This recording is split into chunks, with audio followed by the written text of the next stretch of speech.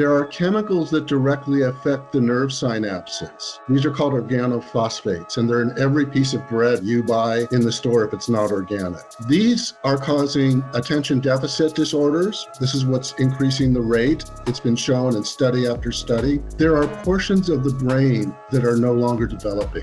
One of the big myths I've had to really explode in people is that your government is looking out for you in a meaningful manner. It's not. I want listeners to look for these now because these are really, really bad chemicals. Why do brands use them in their products? Because people have believed the myth that a little bit of this poison is okay for you. Procter & Gamble is telling you that. Unilever is telling you that. It's not true. We have to have zero tolerance.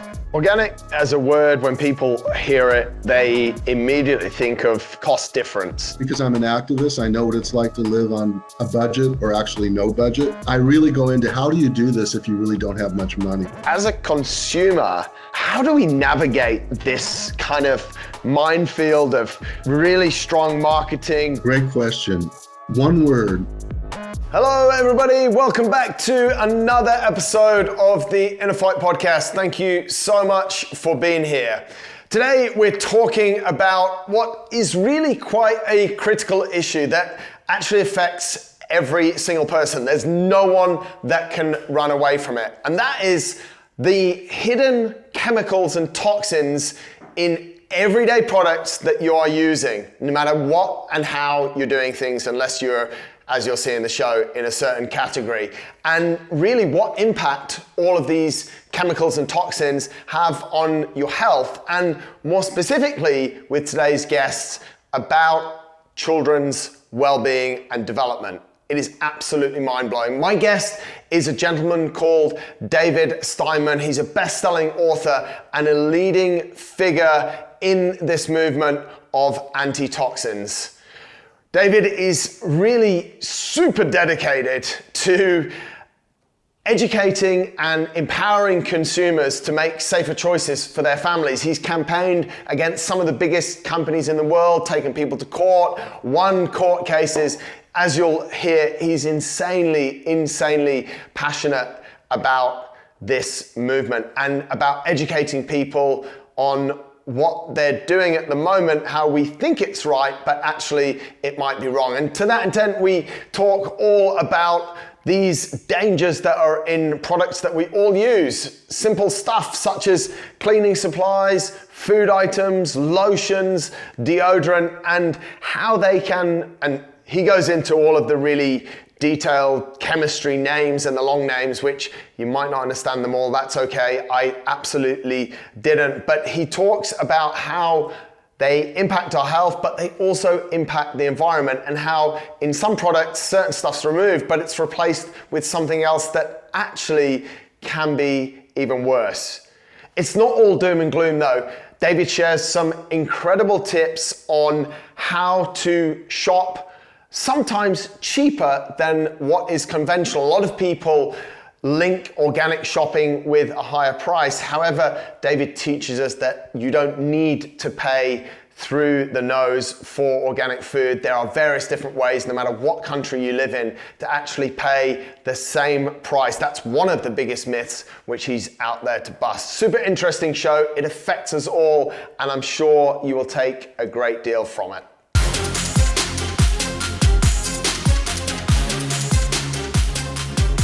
This is episode number 938 of the Inner Fight podcast.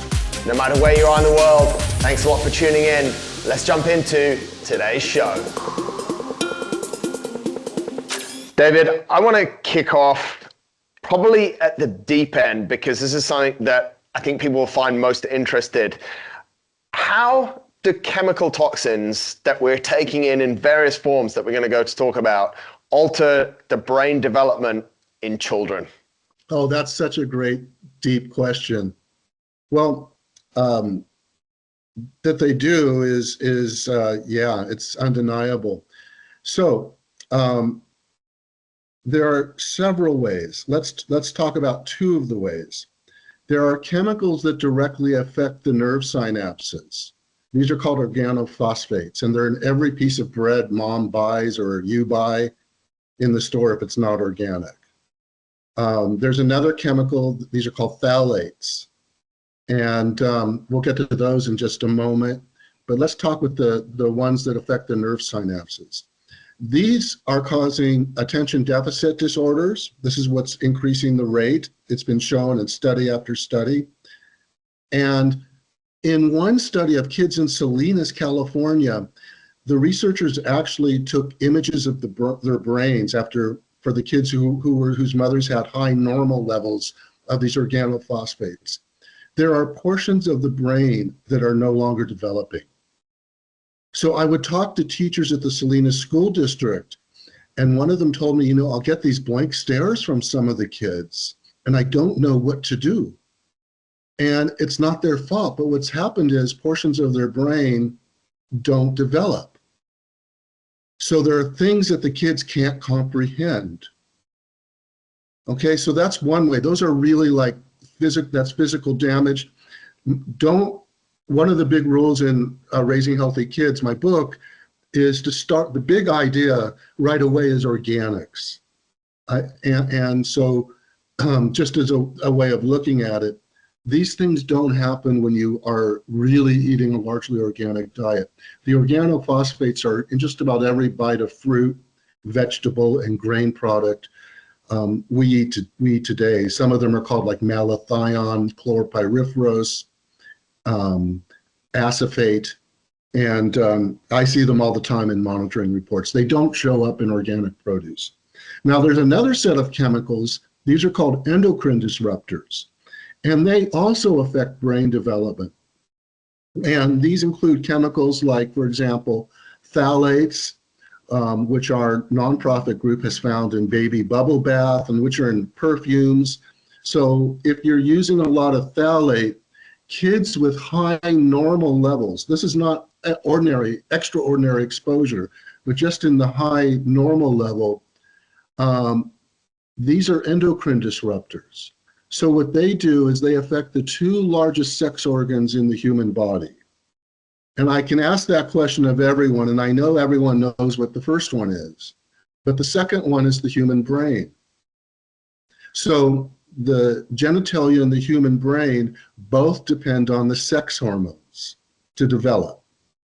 But if you get chemicals like phthalates or atrazine, which is in the drinking water of about 1.3 million folks, for example, in Louisiana along the river parishes who are drinking water there from all the cane fields, or in Iowa from growing corn. Oh. If you get a chemical that interferes with the endocrine system, like atrazine or the phthalates in the perfumes and cosmetics, and your fetus or embryo are exposed to these during pregnancy, just high normal levels can tremendously impact both the genitalia and the human and the brain. And this can mean things like,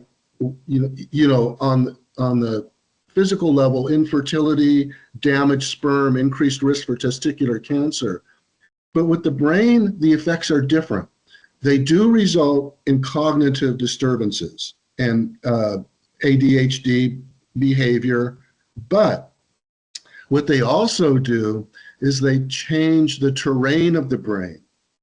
So that means that maybe the genitalia get this burst of sex hormones early on in the pregnancy, and so they develop towards the XY or male way.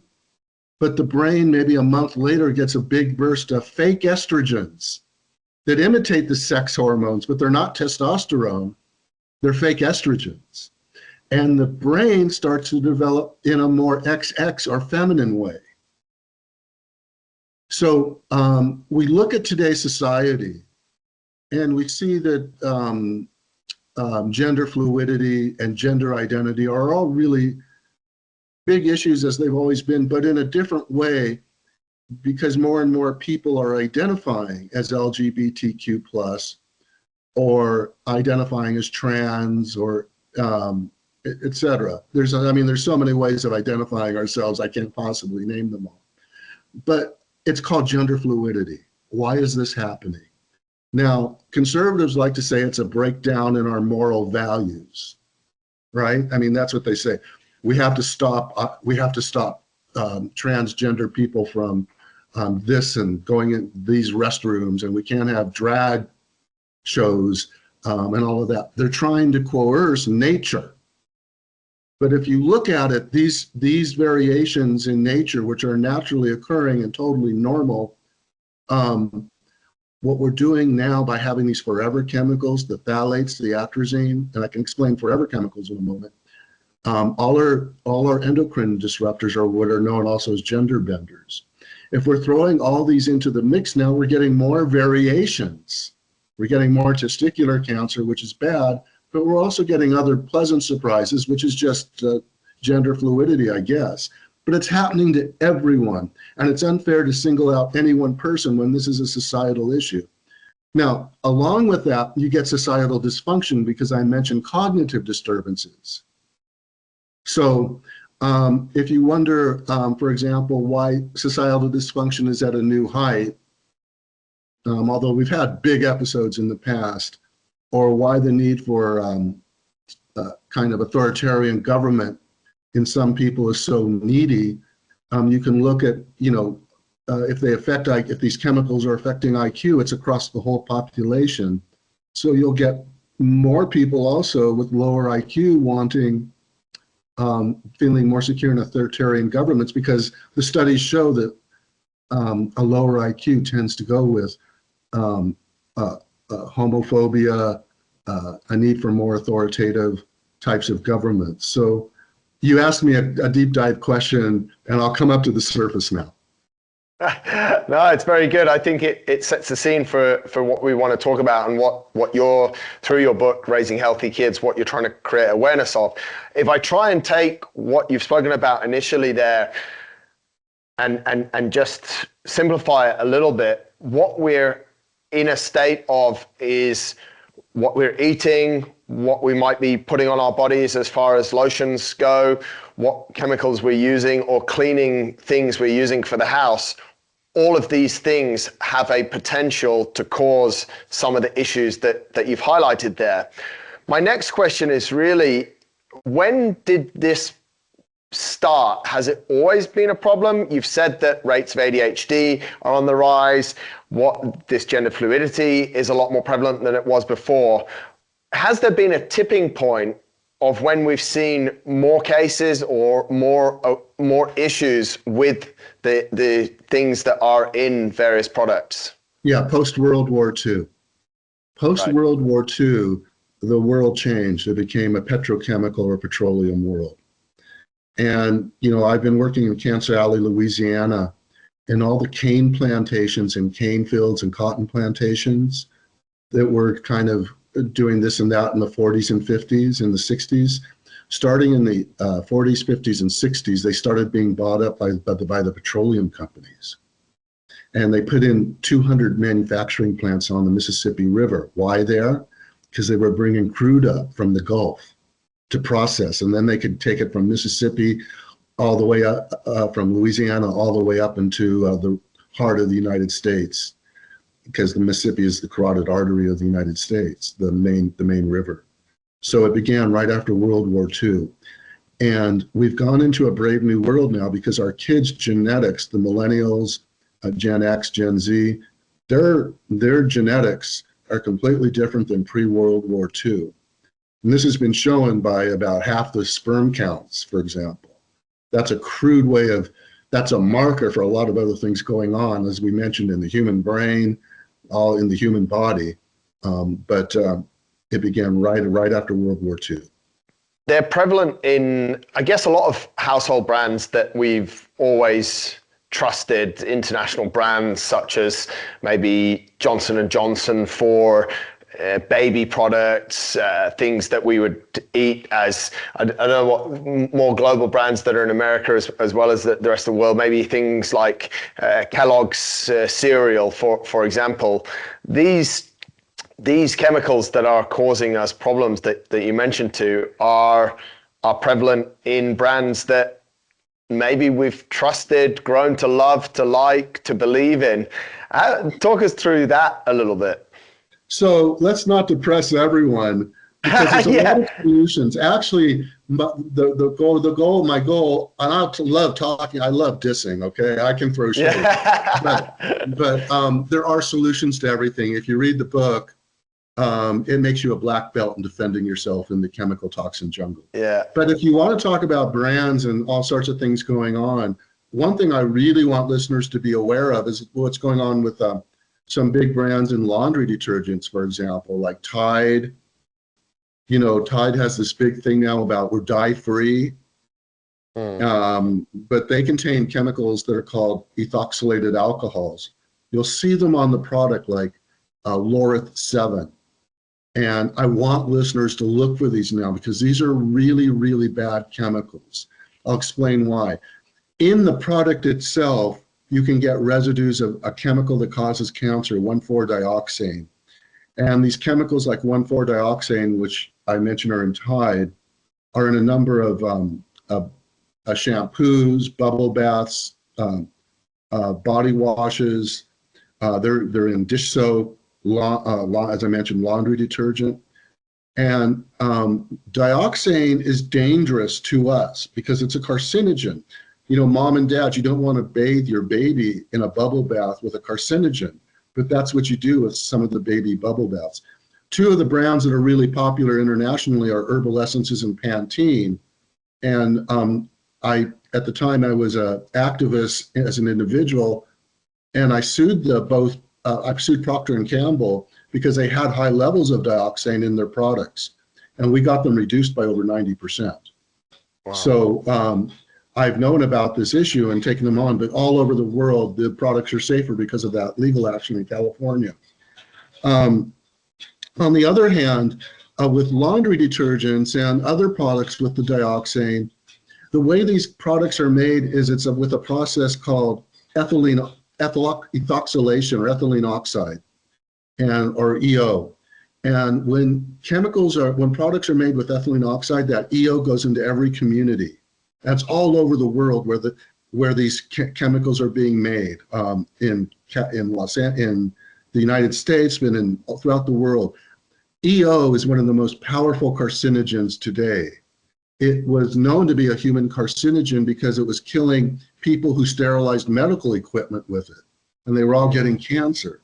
But it's being released into communities. So when you buy a product with a chemical like Laureth 7, for example, you're not only putting yourself at risk, but you're hurting your friends and neighbors, because you can be 100% assured there's a plant somewhere in some community, whether it's Wisconsin, Illinois, Louisiana, that's making this stuff, and the kids there and the adults there are breathing it. And this is a time for people to come together and protect each other.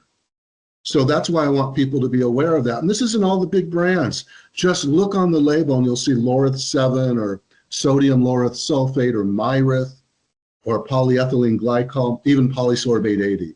All of these are marker chemicals for those ethoxylated alcohols. Just by avoiding that, it's a big deal. You're helping yourself, but you're helping the world. Really, truly. So I guess a question that most people would be thinking about is, if these chemicals are so bad, so dangerous, have such negative impacts, why do brands use them in their products? Well, if there were no rules and regulations in life, we'd be a lot different too if there were no consequences, right? It's a world of no consequence. Listen, one of the big myths I've had to really explode in people is that your government is looking out for you in a meaningful manner. It's not. It allows all these chemicals into commerce in amounts that allow industry to thrive. When you get slapped with a penalty, business calls it the cost of doing business. I know, because I'm a cop. You know, I police here in California using the Safe Drinking Water and Toxic Enforcement Act, which allows citizen enforcers. That's how I do these lawsuits. So I know that the government doesn't exact a meaningful penalty from these companies. It's just that to them, it's chump change. So there are no consequences. And then Congress passes laws here in the United States that are a big kabuki dance. You know, they make a big deal out of it, but if there's an improvement, I'm not saying everything is is a fake. That's not what I'm saying. It's just inadequate. It's just inadequate because people have believed the myth that a little bit of this poison is okay for you, not realizing that everyone is telling you the same thing. Procter & Gamble is telling you that. Unilever is telling you that. You even have unfortunately, some green brands using that Lorith 7 and telling you they've got good brands and that a little bit is okay. It's not true. We have to have zero tolerance. And you know what else is really important, Marcus, is citizen enforcement. This law in California is so important to the world because what happens in California influences the rest of the world very often, certainly the United States. And when we make changes here, they have repercussions everywhere. But the reason why the law works, we have good government in California. We can always improve, but we have good government. That's a relative thing, but I'm going to go with it. That's my story with California. But we also allow citizen enforcement. And there are folks like me who know this field really well and understand what's an important way to infraction to enforce and when they're trivial. And that's why, we won against Procter & Gamble in that case, for example, or against Chicken of the Sea, because they were really, really poisoning mom and adults and kids with their products with lead or dioxane and other chemicals that we've taken on. But without us, it's a world of no consequence. And so we can't believe that there's someone out there protecting us. That's why it's so important to be self-empowered, because it's up to you and me. And, I know stories, I interviewed people who had horrific stories about what happened to their kids because they just didn't know something. Like they just didn't know that moving to one family moved to Mooresville, North Carolina. No one told them that the town was landscaped in coal ash, or that 5 miles away was the McGuire nuclear reactor, and that there's synergy between the heavy metals in coal ash and nuclear radiation. And everyone in that town was coming down with cancers, but no one was talking about it. And no one was protecting them. And this person who I write about in Raising Healthy Kids, is a saint for what she's had to go through and done for bringing together this movement. So, and this is a young movement. We haven't exerted our power yet on lawmakers, and we really need to. We just need to have a clear vision of what the laws need to do. We saw in, I guess, the 90s, definitely in the early 2000s, when it came to food, a big movement to low fat. And we saw a lot of labels change and consumers went over to that side because we were told that fat is bad.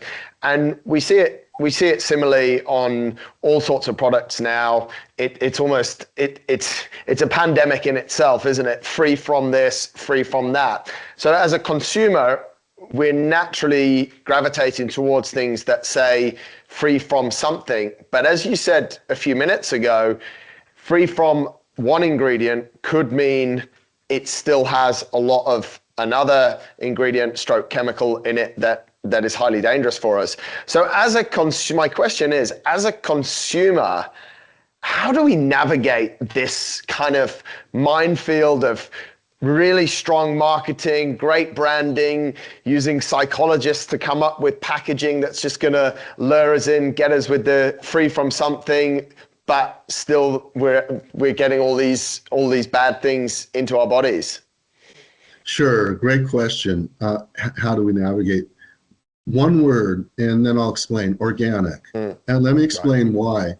Low fat, is a good idea for some reason. A lot of pesticides are fat loving and they do accumulate in fat. So whole milk has a lot more pesticide residue, for example, than a non-fat milk. That's true. And if you want a non-toxic dessert, you can just get a non-fat yogurt.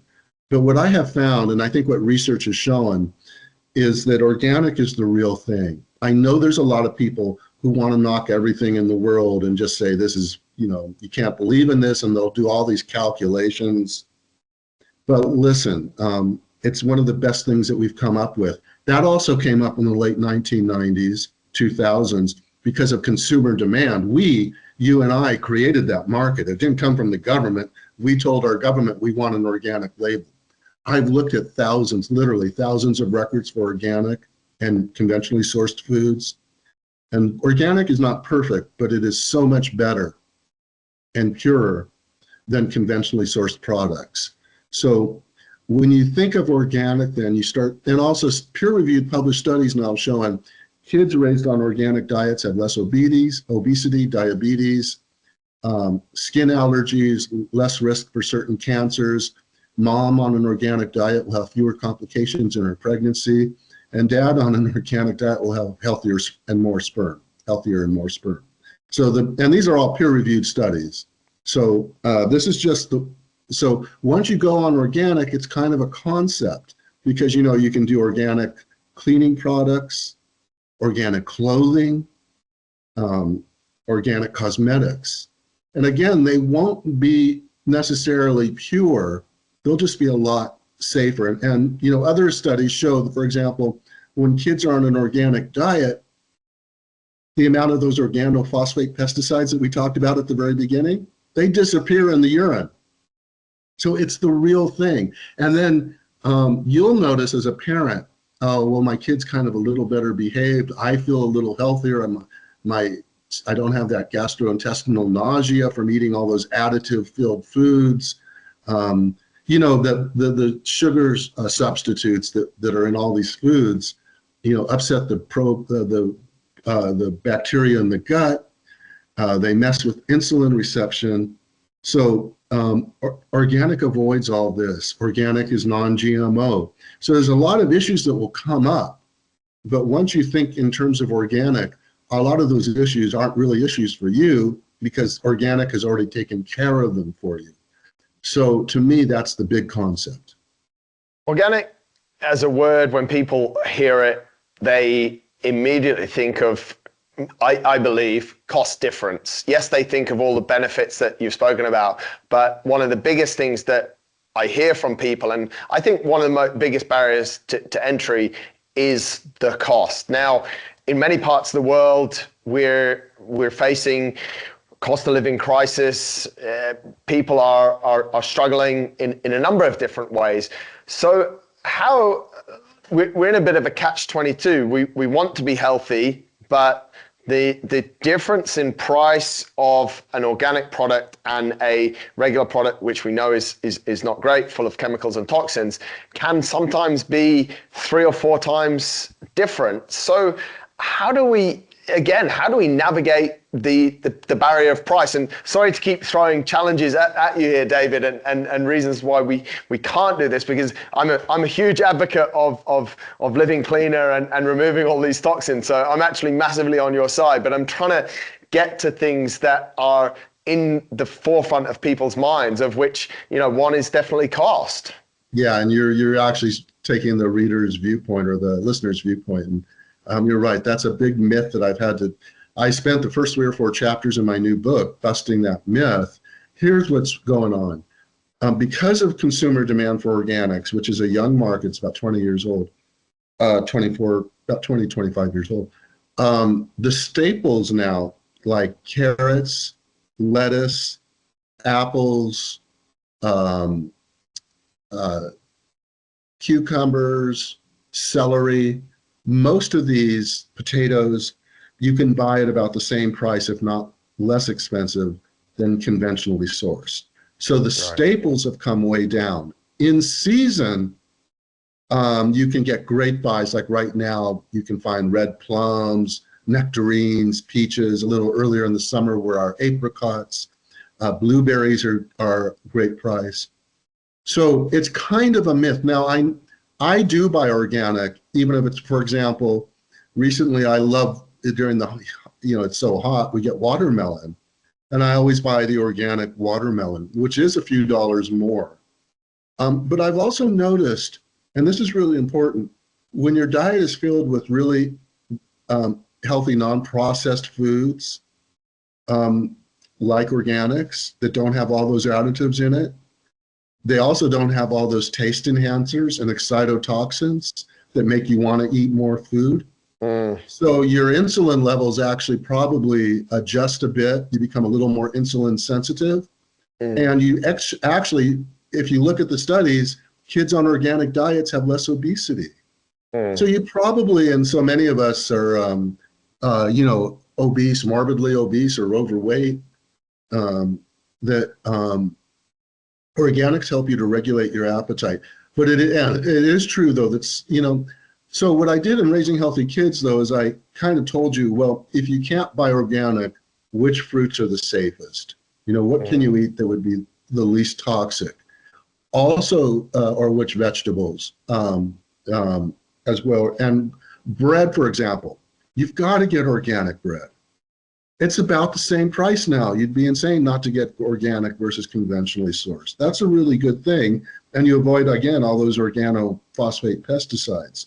If you want berries like glamour fruits, like blueberries, raspberries, mango, and you have kids or just yourself, if you get those like 2 or 3 pound frozen packs, those are the same price as conventionally sourced.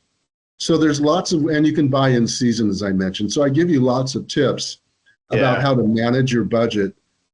And it's not just organics, but people, like you said, think, well, it's too expensive to filter my water or something. They get into all this. And so what I tried to do, because I'm an activist, I know what it's like to live on a budget or actually no budget. I really go into how do you do this if you really don't have much money, and I share it all, and there are ways to do it. I went into food jungles in writing Raising Healthy Kids. As I mentioned, I went to Cancer Alley, which is considered to be a food jungle, and I was able to find her, and you can't grow much there because of all the poisons coming in from the sky. They literally can't grow gardens in Cancer Alley because of all the pollution. But you go to Walmart and you can find your organic foods. You go to Rouse's, you'll find them. So I just wanted to show folks, or your Winn-Dixie, I just wanted to show folks that you can do this everywhere. It may take a little more work. And also, if you can't do organics, then I try to share with you, well, what are the least toxic and safest choices? I think there's one key thing that you've said a few times there, which especially for people that live in quite international cities, we've stopped doing this, which is eating seasonally. We're obviously paying a lot of money for things to have, for example, a summer fruit or berries the year round in certain parts of the year. And that's actually that drives prices up. So our ability or our desire to eat seasonally, we used to have to do it. Now food is made available, but yes, food is made available at higher prices. So we should always be trying to eat a seasonal diet. And if we're doing that generally, and if we're eating locally grown seasonal food, that, as you said, is organic, most of the time, the price difference actually isn't that huge. I agree with you. It's just when we try and step outside of that, and we want to live in the world of immediate gratification and be able to have our favorite fruits and vegetables 365 days of the year, that we start to find we're in a little bit of a trouble spot. Yeah, and also, a lot of communities are trying to support their local agriculture, and they have what's called community sustainable agriculture, where even if you live in a big city, anywhere, you can just go online and find someone who's dealing with all the local farms just outside the city. And that way you can really get wonderful fruits and vegetables, but also support what's much needed open land. As the earth heats up, one of the reasons why it's heating up is we're just building everywhere. So you want to support open land. It's just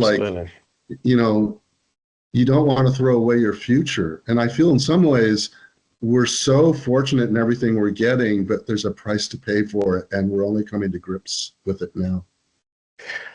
Another idea that I actually had as you were speaking before is maybe we should be, and I don't think this is very commonplace, but I know it was when I was growing up, that I always used to try and grow vegetables, be it cucumbers, tomatoes, potatoes, in the garden and at certain times of year. And that's almost a double-edged beneficial sword, if you like, in that I'm preparing homegrown, fresh, organic vegetables, and it actually gave me something to do, which takes us away from the screen and the device pandemic that we're facing as well, and gets us outside, gets us in nature, gives us something to focus on and to fill our time with. That's essentially, at the end of the day, making us healthier as well, at quite a good price point. It doesn't really cost anything but time.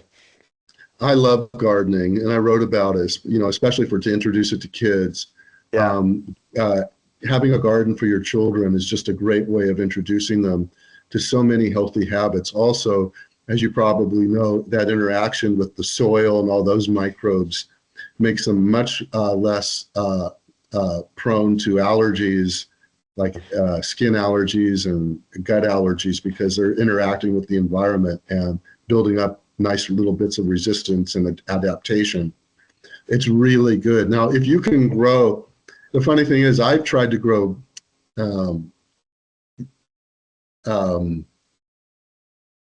if you can grow it on your own, I think it's great. I have had some real difficulty this year growing some of my crops, and I've been really disappointed. You kind of have to adapt your crops now to the way the climate is changing. But I agree with you, if you can grow your own, but it's also really just really healthy to be, as you were saying, to be out there. You need to be in the sunlight and with nature. And if you have, it's great for you as an adult, and it's great for your kids. And you can do it on a balcony, you can do it in an apartment. You can have a potted garden with tomatoes, mini fruit trees, and your kids will love it, or you'll love it as an adult. Yeah, it's probably one of the pastimes that was definitely prevalent in the 70s, 80s, 90s, but started to get lost, and it's a bit foreign. But we need to start campaigning for that to come back. That's for sure. One thing else that you've mentioned a couple of times is global warming, and perhaps you've sort of mentioned the impact of the food industry on the environment and global warming. Do you want to talk to us a little bit about that? Because a lot of people are, yes, we want to support the environment. However, just driving less in our car and not buying much petrol is one way, but through food and chemicals is a huge other area that we can support the environment by making some more conscious decisions. Yeah, it's one of the ways that consumers really do have a vote. And what I've tried to do is, in my book, Raising Healthy Kids, Protecting Your Children from Hidden Chemical Toxins, what I've tried to do is show the connection between our shopping choices and what's going on with the environment. And it's so, when we buy products, like I mentioned with that Laureth 7 in it, those ethoxylated alcohols, those are really, really stimulating the petroleum industry. And as I said, for those of us who are kind of aware of what's going on and how at risk our planet is for global boiling, I mean, it's never been hotter on Earth. It's never been hotter on Earth. And I went down, when I was working in Cancer Alley, I went down to an island called Isle de Jean Charles in southern Louisiana. A few years ago, it was 32,000 acres. Now it's 300. There are 320 acres. It's been covered by the ocean. When I was there, I took this long road out. It was like going on a gangplank into oblivion. And if you don't think it's coming, the tide and global warming, that's insane. What we can do about it is, on a personal level, our shopping choices. When you buy organic, you're saying no to petrochemicals. Same with cosmetics. When you buy organic certified cosmetics, when you buy cleaning products that don't have those alcohol ethoxylates, you're really helping to shift the market. You're saving your own health. You're saving your future. And again, I've seen the folks where these chemicals get brought up from the Gulf to be processed in Cancer Alley. And there, our friends are dropping like flies from cancer. They're just dying out. It's really sad. And so I want people to be, or think about East Palestine. where there was this huge train derailment that led to the release of polyvinyl chloride. And mom and dad are going back to school, sending their kids back to school. You don't want to buy polyvinyl chloride backpacks. Mom and dad, you don't want to buy polyvinyl chloride tablecloths or baby bibs or hoses. Why do that? You can be better, and I show the alternatives. So, whether it's polyvinyl chloride, all of these chemicals are hurting our neighbors or contributing to global warming. So your shopping choices have huge impacts. The reason why EPA is now talking about banning ethylene oxide, for example, or PFAS chemicals, is because people are saying we don't want them in our products. And manufacturers are starting to realize, we can't put all these toxic chemicals called forever chemicals into products because consumers don't want them.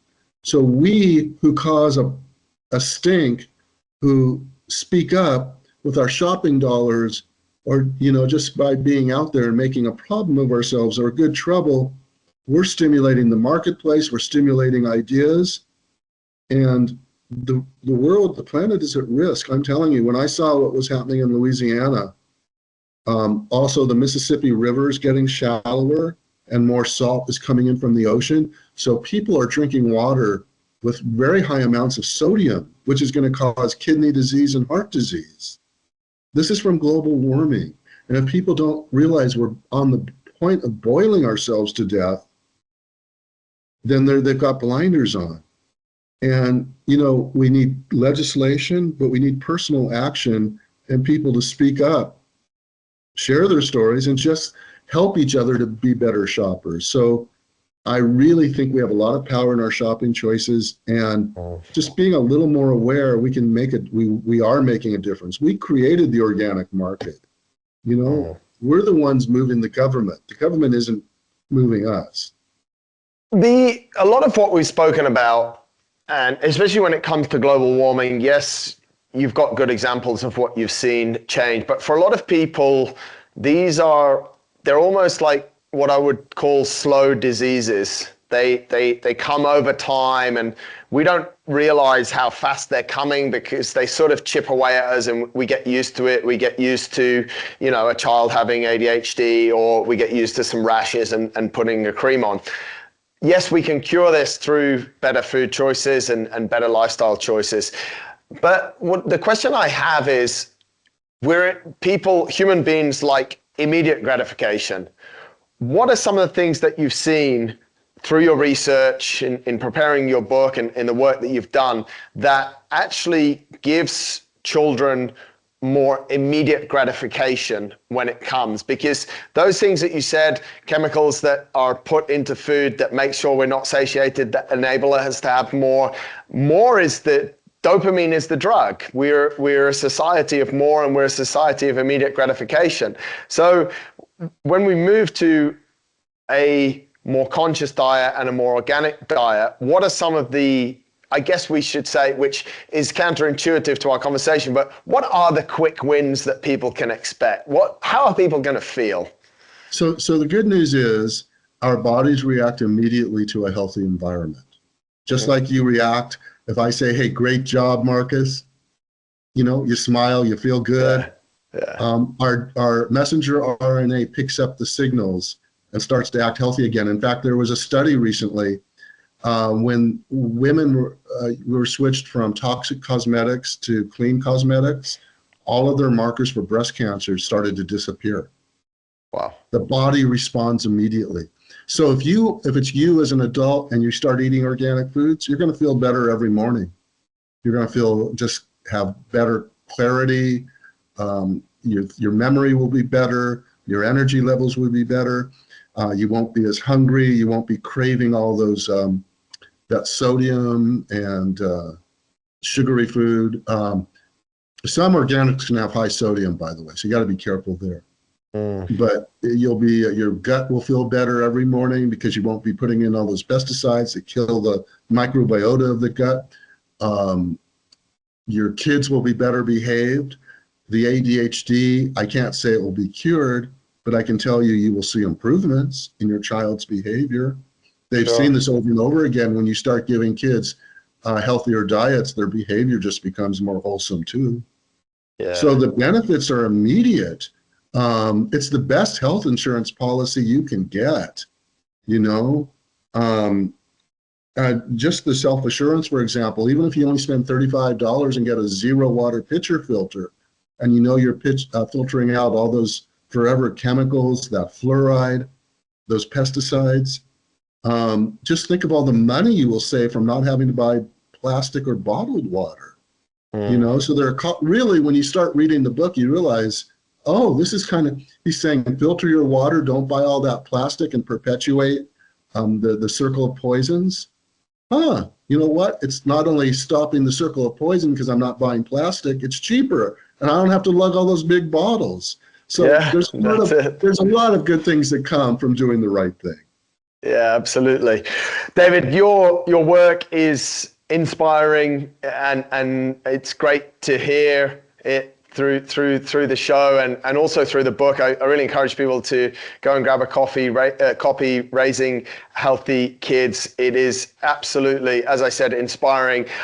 The final question I have for you is, does there come a tipping point where what you're talking about takes over big industry? We're seeing organic on the rise. We're seeing governments having to pay more attention to global warming, and we're seeing the cost of these diseases in a number of countries actually having to be borne by governments, as especially in the United Kingdom, where I'm from, the National Health Service is under a huge amount of strain.